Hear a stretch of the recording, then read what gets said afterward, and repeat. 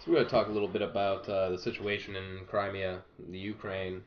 Um, I'd like to open just with the first portion of this article. It's the Los Angeles Times. The title is Ukraine Crisis Upends West View of Russian President Vladimir Putin, right? It kind of shows you this kind of cult of personality around this whole thing. But the subtitle is what got me here.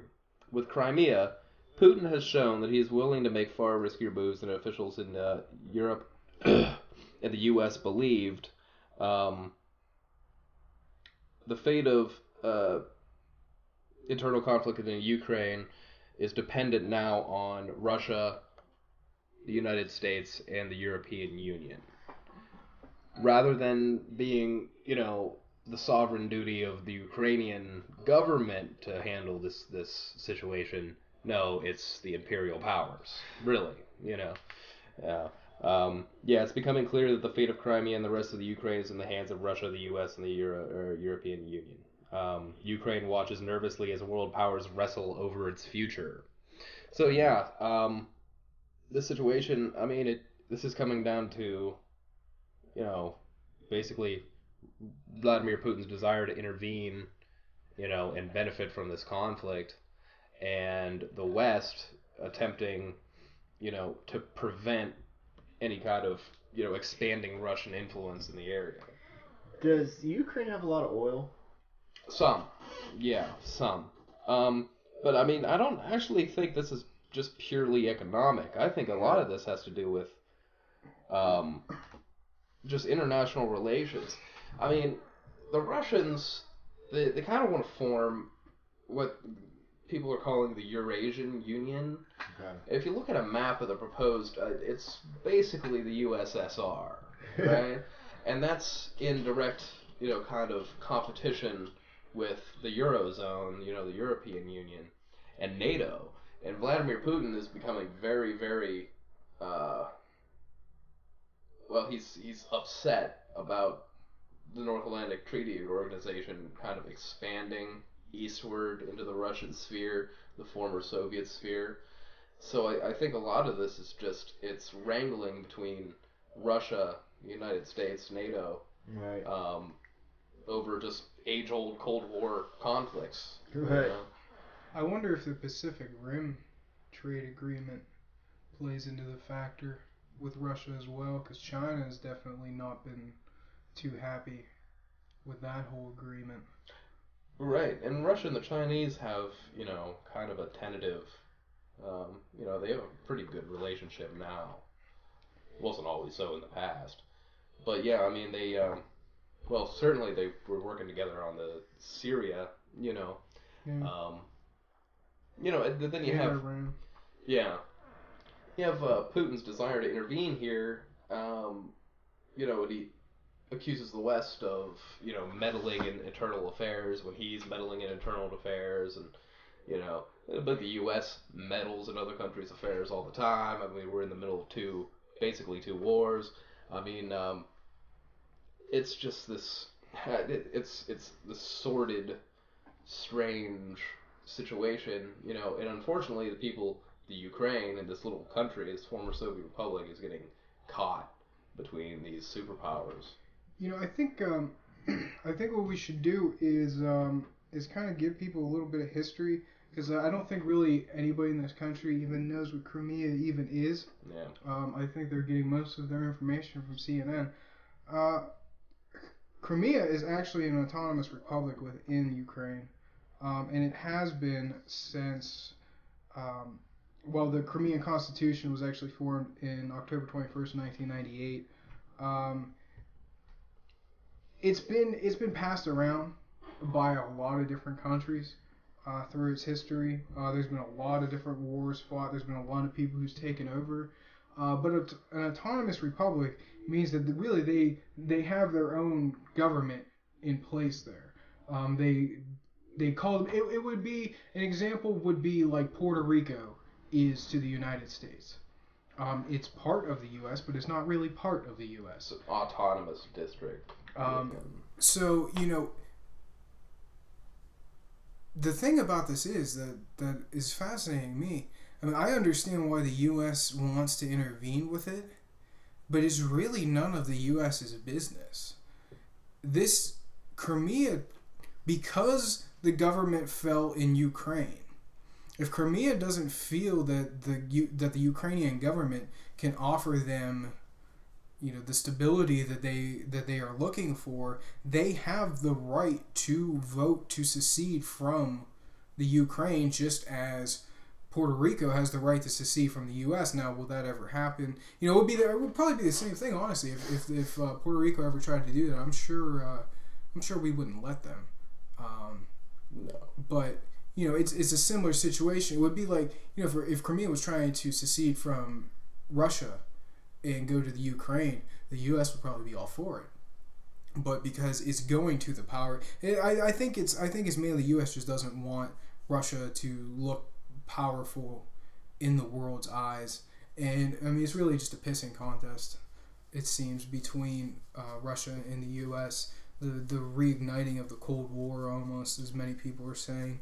But Crimea is not. It's become far larger of an issue than what it should be, in my opinion.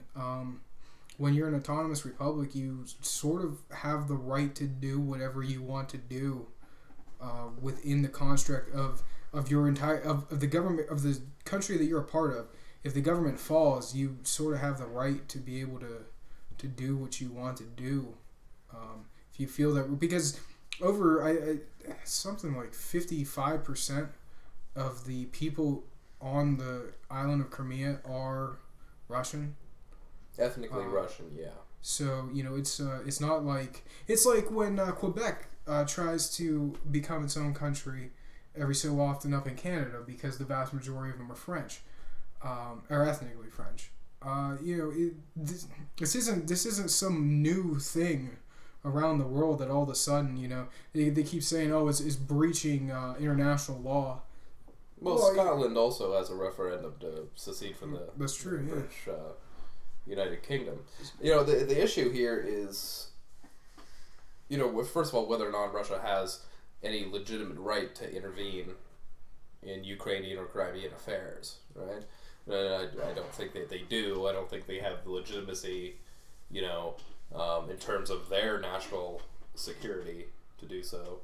I don't think we have any, real purpose. Again, this goes back to the disparity between the European Union, NATO, and Russia, and the fact that their spheres are beginning to overlap in that area. I mean, Ukraine borders on Belarus, Poland, Slovenia, Hungary, Romania, Moldova.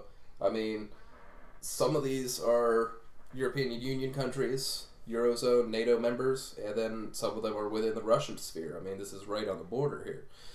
Strategic position on the Black Sea.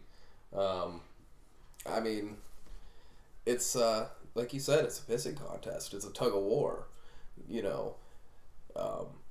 Who has the legitimate right to intervene in this state's affairs? Are we going to permit Russia to do so? And what does that say about the future? Can they intercede in other affairs then? Yeah, I mean, it definitely seems like a key strategic point. Yeah. I think it's definitely Russia seeing how far they can push. But the thing of it is, like I said, they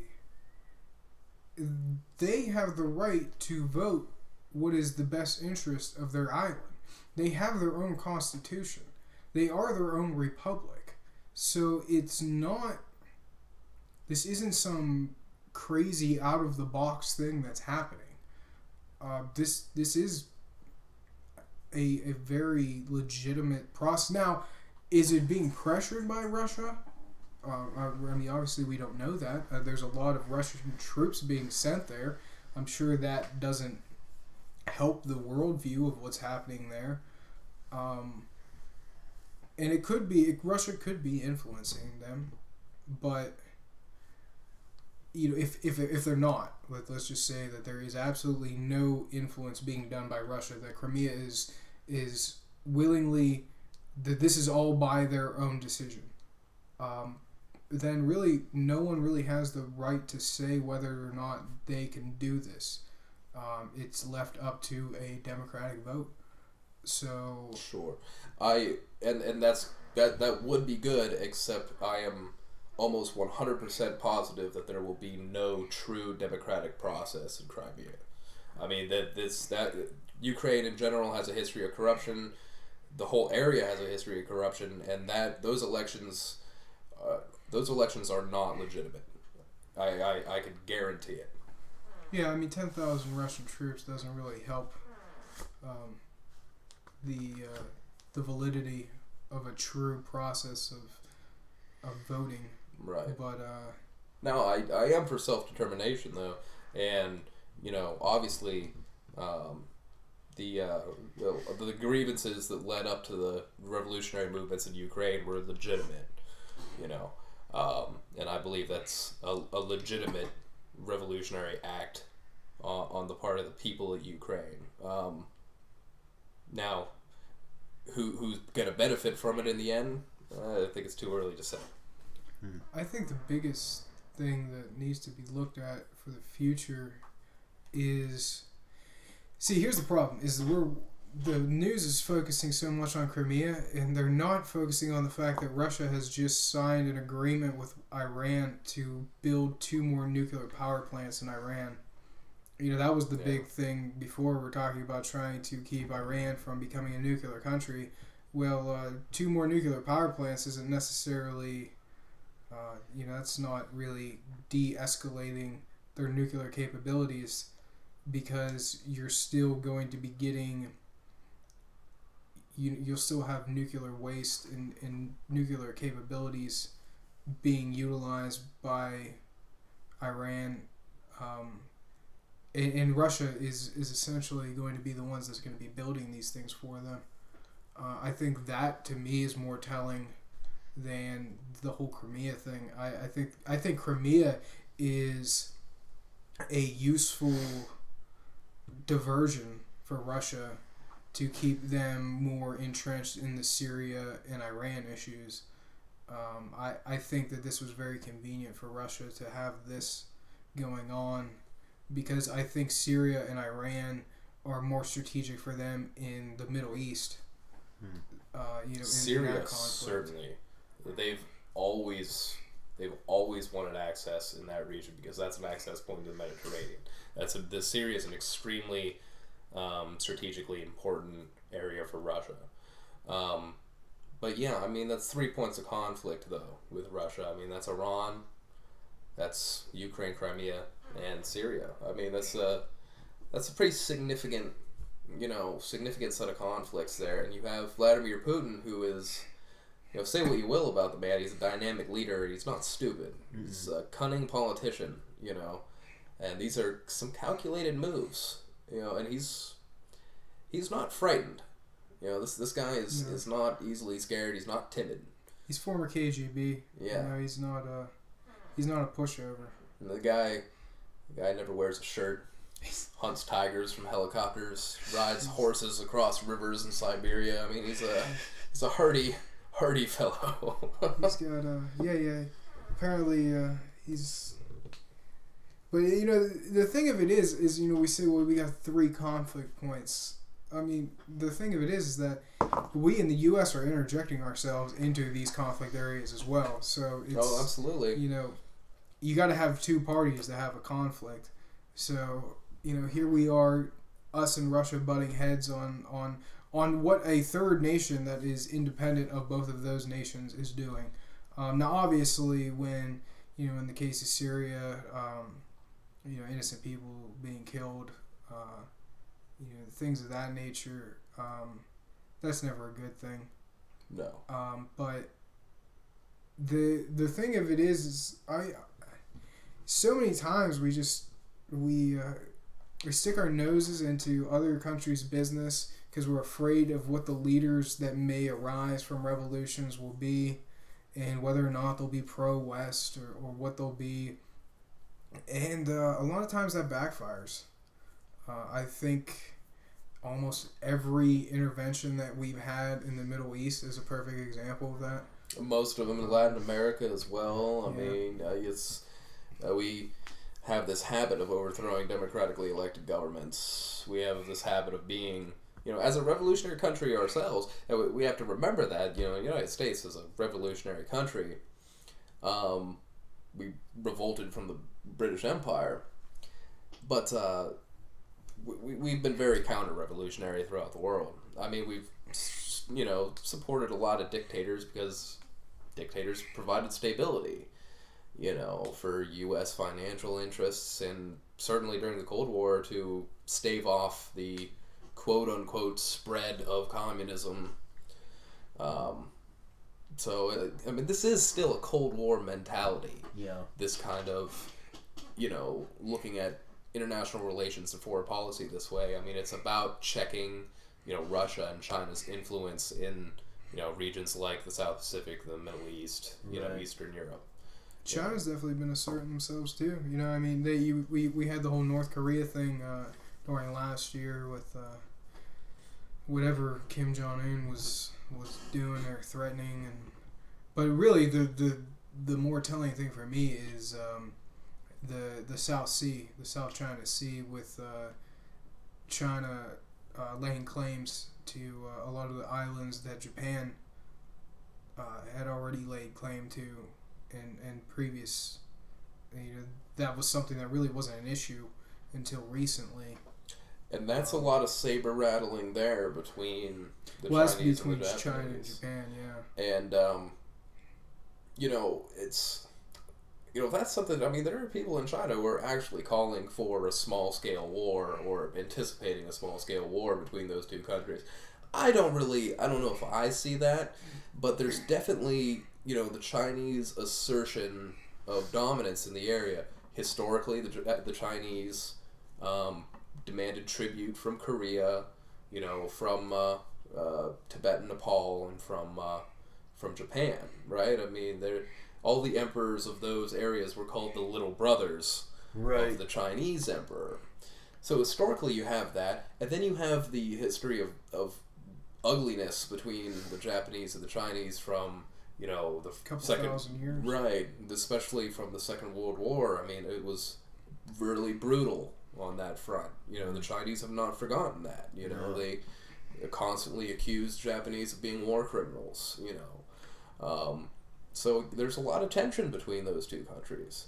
And remember, we are by treaty obligated to defend Japan. I was just going to say that, yeah, I think that's one of the reasons why we won't see China instigate towards a war. I think it will be more of this, they're flying their planes in the over the airspace, their coast guards going in the water space.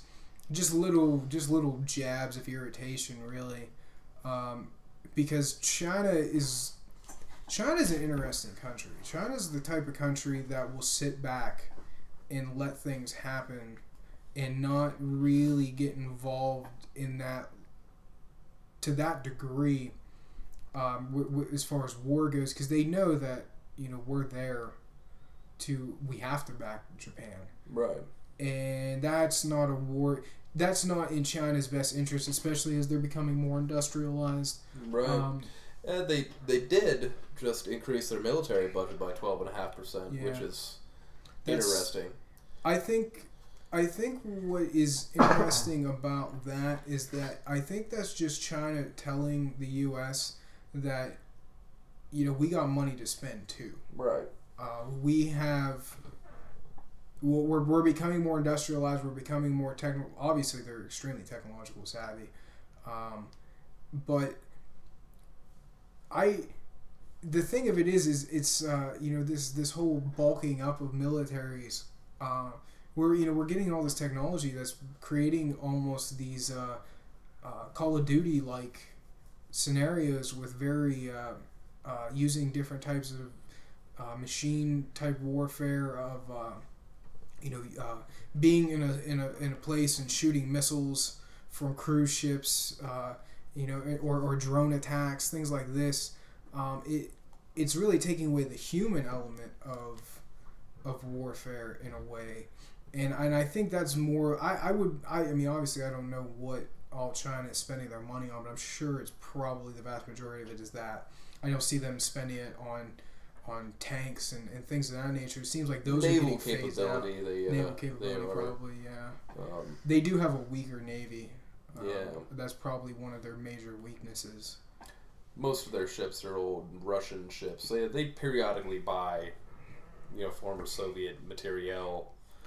I don't even know if they have their own naval building fleet.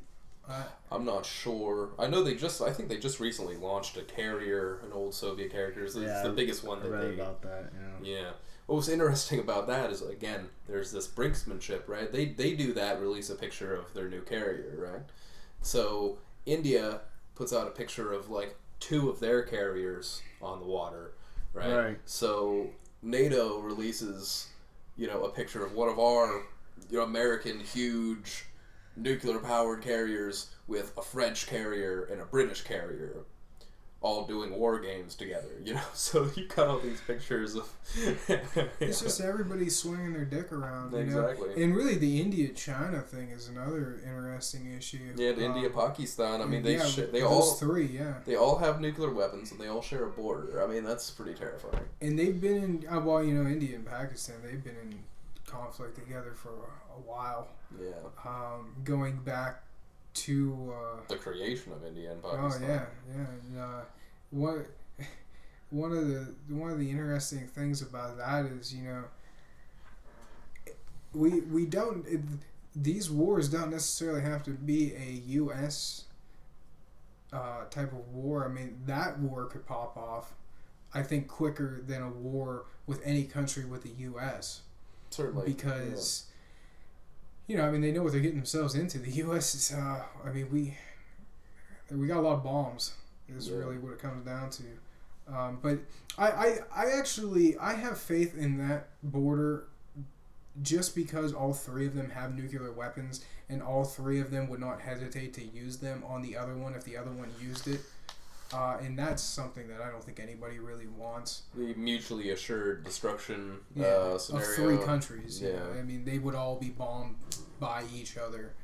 And one of the dangerous things I think we have to remember is World War II is now 70 years ago. And a lot of people are dying off who remember the devastation that those bombs had in Japan. And I think that is probably the most important thing. We always talk about the Holocaust. We always talk about the atrocities of the Holocaust, and it was a horrible event that we need to remember. But we also need to remember the massive devastation that those bombs did in Japan, because absolutely that is just as horrific as the Holocaust was. There were terrible, terrible acts committed by everyone on all sides, and the United States was no exception. I mean, the United States. I mean, look at the fire bombings in Dresden. Yeah. Huge losses of civilian life, and then nuclear hellfire, for Christ's sake. I mean, we dropped 2 atomic bombs on civilian cities, and in Hiroshima, there were American prisoners of war in the city. We did kill American citizens with that attack. Right. I mean, it's a pretty dreadful thing. You're right. People do forget. They want to kind of sweep under the rug the United States. Involvement in war crimes, involvement in shady foreign policy. But we certainly remember everybody else's. Yeah, it needs to be a very, when we talk about history, it needs to be a very open history book when there's atrocities committed.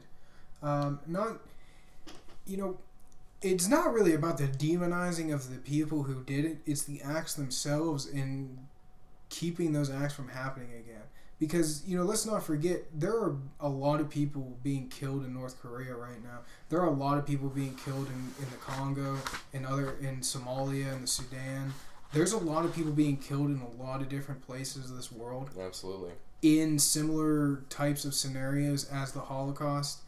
So these practices they haven't disappeared. But we brush those under the rug because they're not in the forefront of a major power. Germany was a major power during that time. So the fact that they were committing these crimes, that was just repugnant to the other major power players of the day.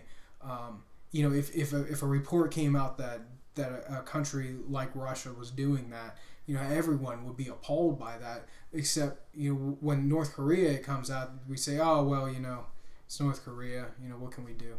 Right. And even with the case of Russia, I mean, the execution of people in the LGBT community in Russia. Too, I mean, the world. Well, we're all terrified and horrified and appalled by it, but no one's going to do anything. Right. Because that's an internal matter for Russia, and it's not something we could step in, or we feel like we have the ability to step in on.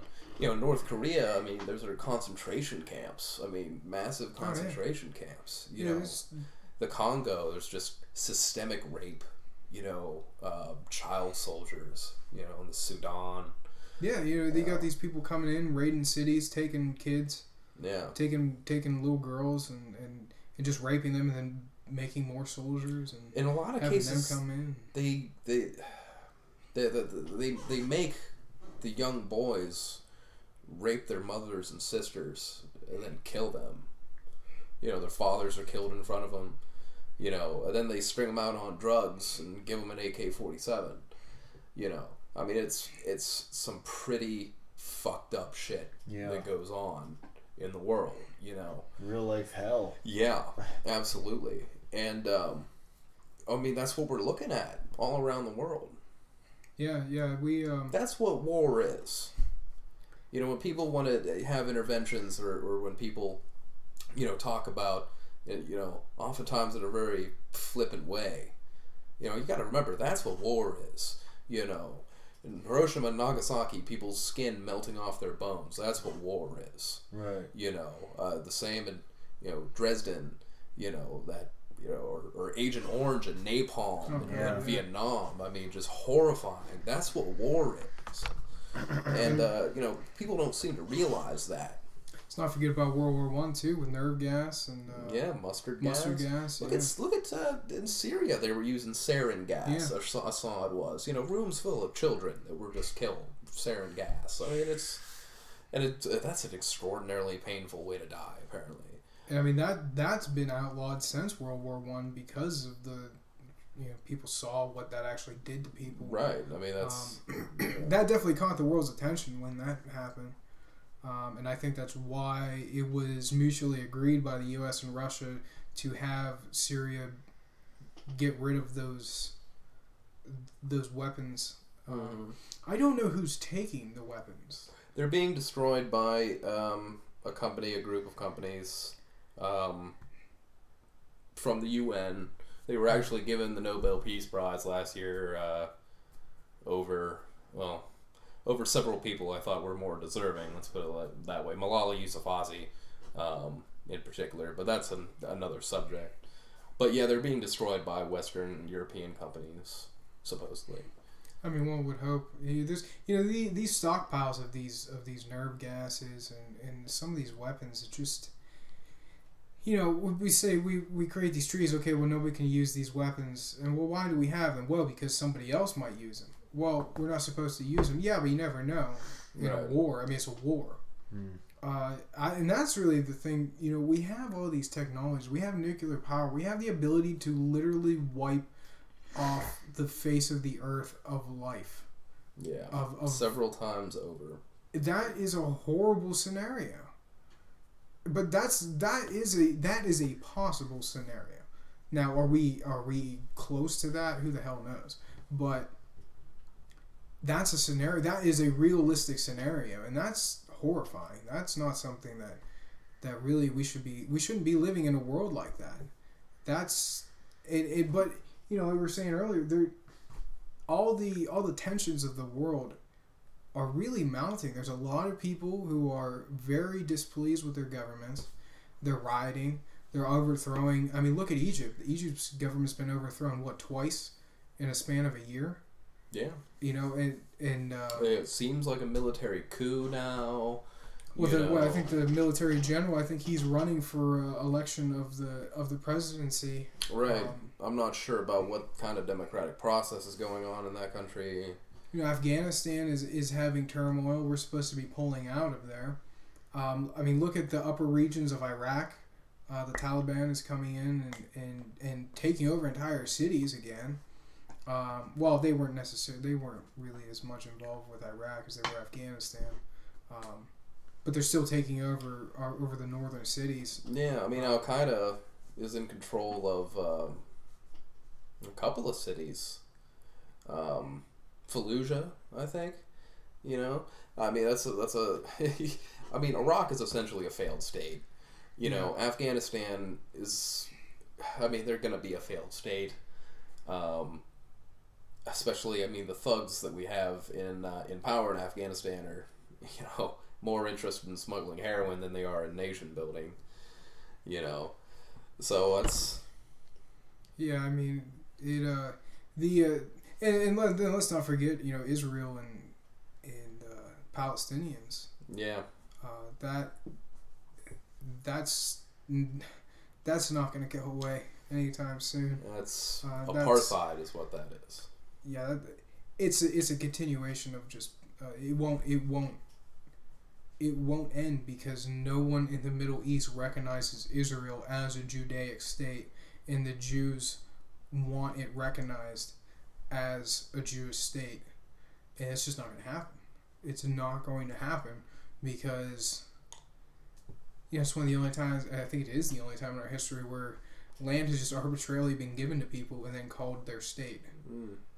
What's interesting is the majority of people in that region, like within Israel and Gaza, West Bank, are perfectly in favor of a two-state solution and are fine with Jerusalem being a dual capital. I mean, in the polls, most people are okay with this, but of course, the politicians, here and in Israel are very conservative government.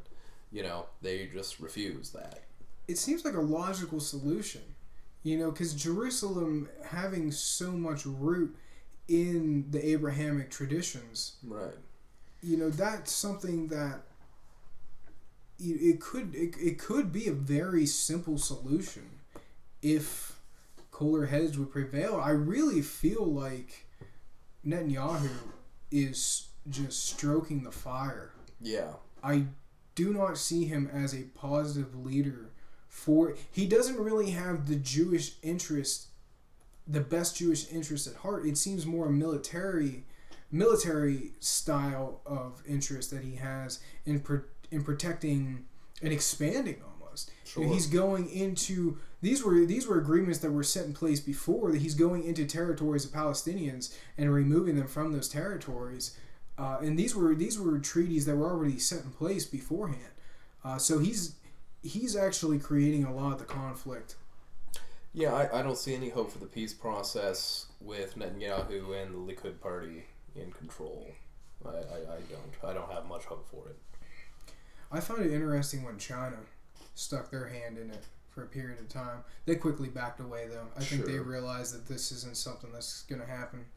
They have a great deal of influence in Africa right now, the Chinese. They have a lot of financial stake, especially in rare earth minerals, which is going to be the next crisis point, rare earth minerals.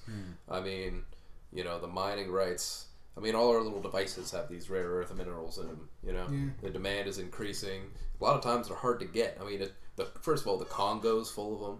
Yeah. Afghanistan is full of them.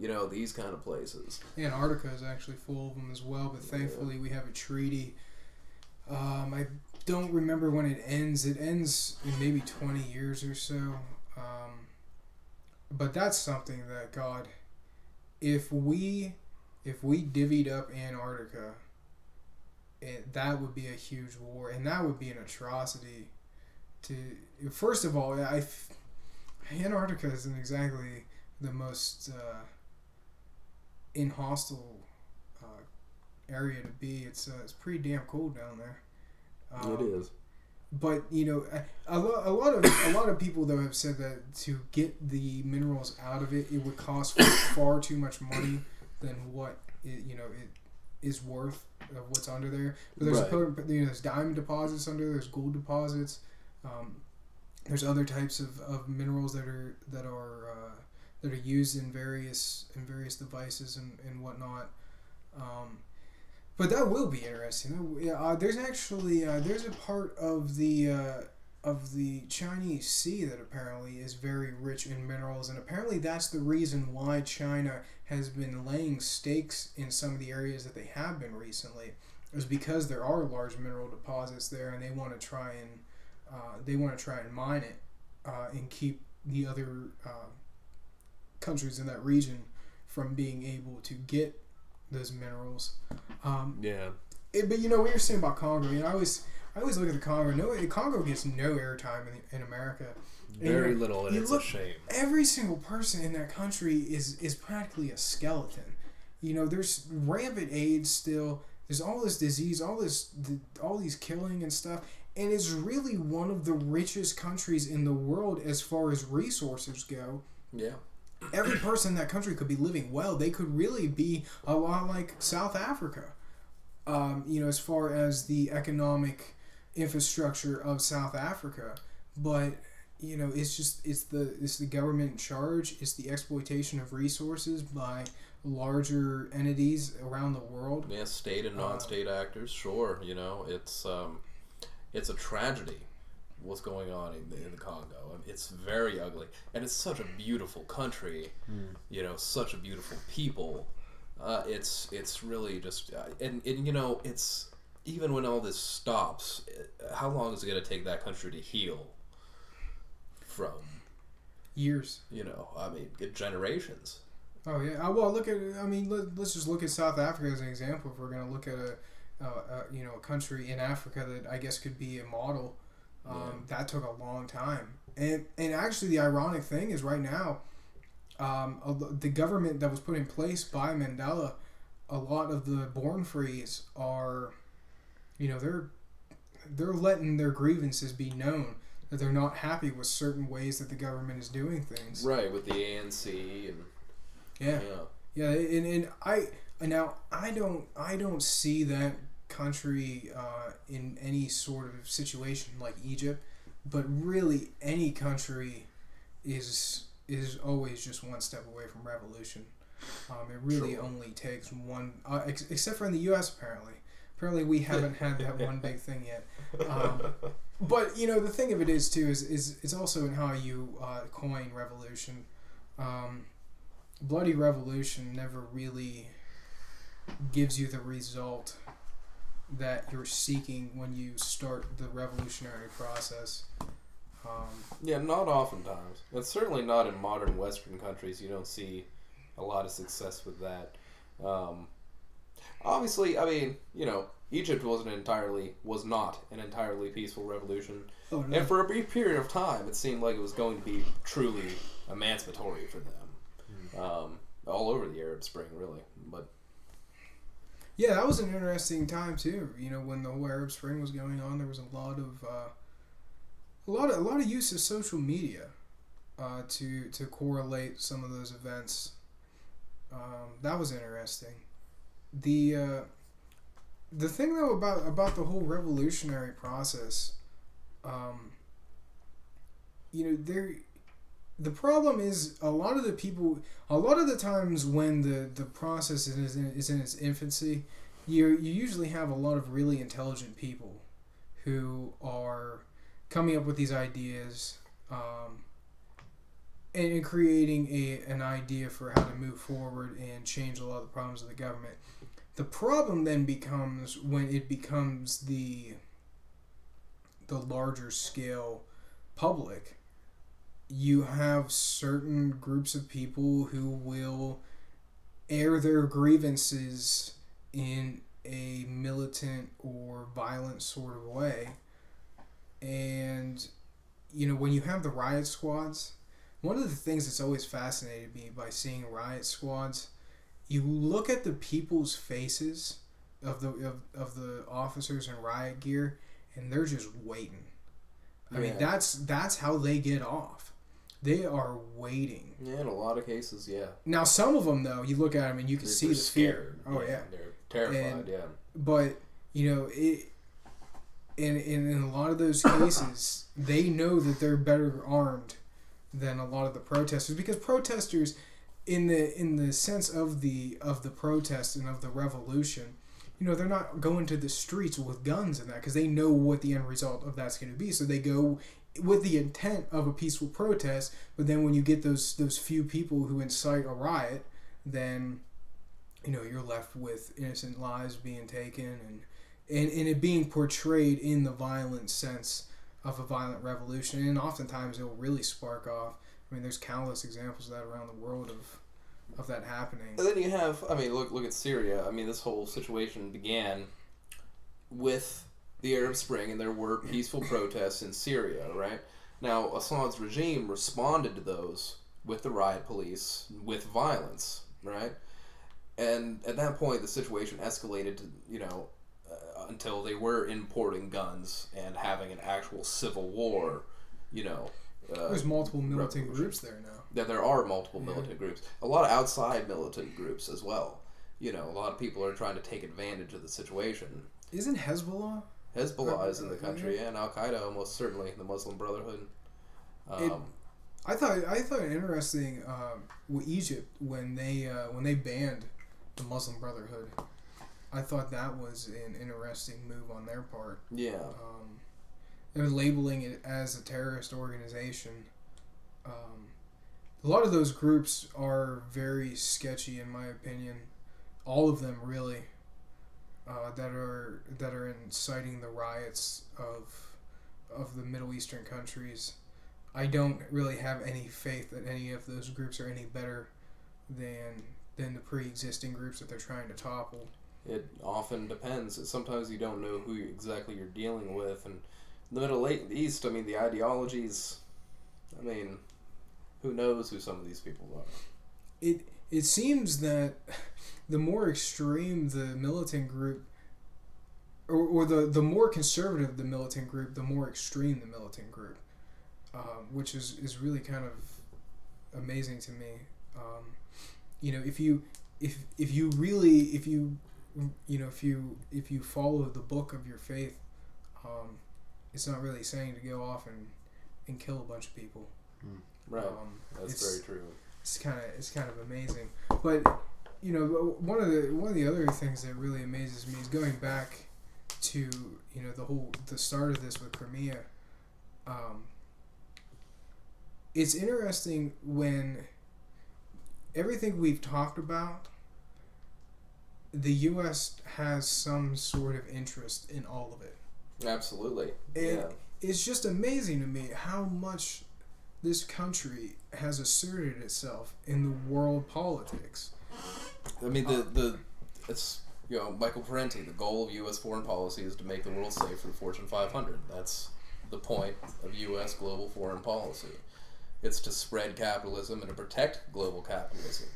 That's the goal of American foreign policy.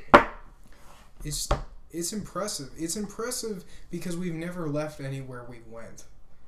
We have military bases in every country we've ever been in. Yeah. And including Cuba. Yeah, well we have Guantanamo Bay in Cuba.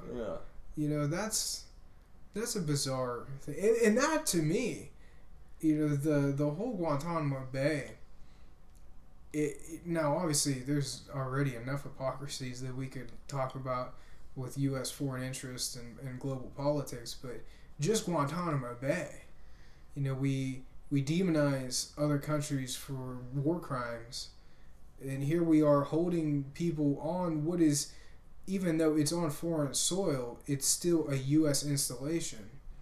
So these people should be given the right to have a trial, but I believe it's a military loophole that allows them enemy combatant, because they can be detained until the conflict is over, and since the war on terror is not defined in any way, that's a very nice umbrella for them. Oh, isn't it? Yeah, it's very convenient. you can arrest anybody under those terms. Yeah, because they were a goddamn terrorist. So we're going to stick them in Guantanamo Bay and not charge them for anything for 20 years. And they don't have How long to, is this going to go on? Well, they don't have to prove it either. That's the thing. No, Because all they have to do is say this person is a threat to national security and then put them there. Right. And they don't really have to give any reason why. I mean, they do things like extraordinary rendition. They go to another sovereign country, CIA. They go find somebody who we suspect of being a terrorist. Like, we've done this in Germany, right? Just snatch them up off the street, stick them in a car, get them to the embassy, fly them out, ends up in Guantanamo Bay. Just wherever you might be, And if you're not in an industrialized country like Germany, if you're in Pakistan or Yemen, well, you're just dead. You're going to be hit by a drone. Yeah. That's U.S. foreign power. I really think the whole Ukrainian situation might be, and I say this all the time, but it might be the last straw if things get really heated there. That might, I sort of feel like it's the line in the sand with Yeah. Putin is testing. He's really pushing the boundaries on this one. I think he sees Obama as weak. I think so. And I don't necessarily disagree with that stance, but the only thing that I'll say about the certain actions that we're portraying, with the decreasing the military and things like that, I consider those positives. Now, I guess when we're living in a world that is constantly in war, that can be looked at as weakness. But if you're trying to set an example for the world, demilitarization and staying out of conflicts and not escalating conflicts are usually a positive. Yeah. Yeah, exactly. But I guess that's not the world we live in.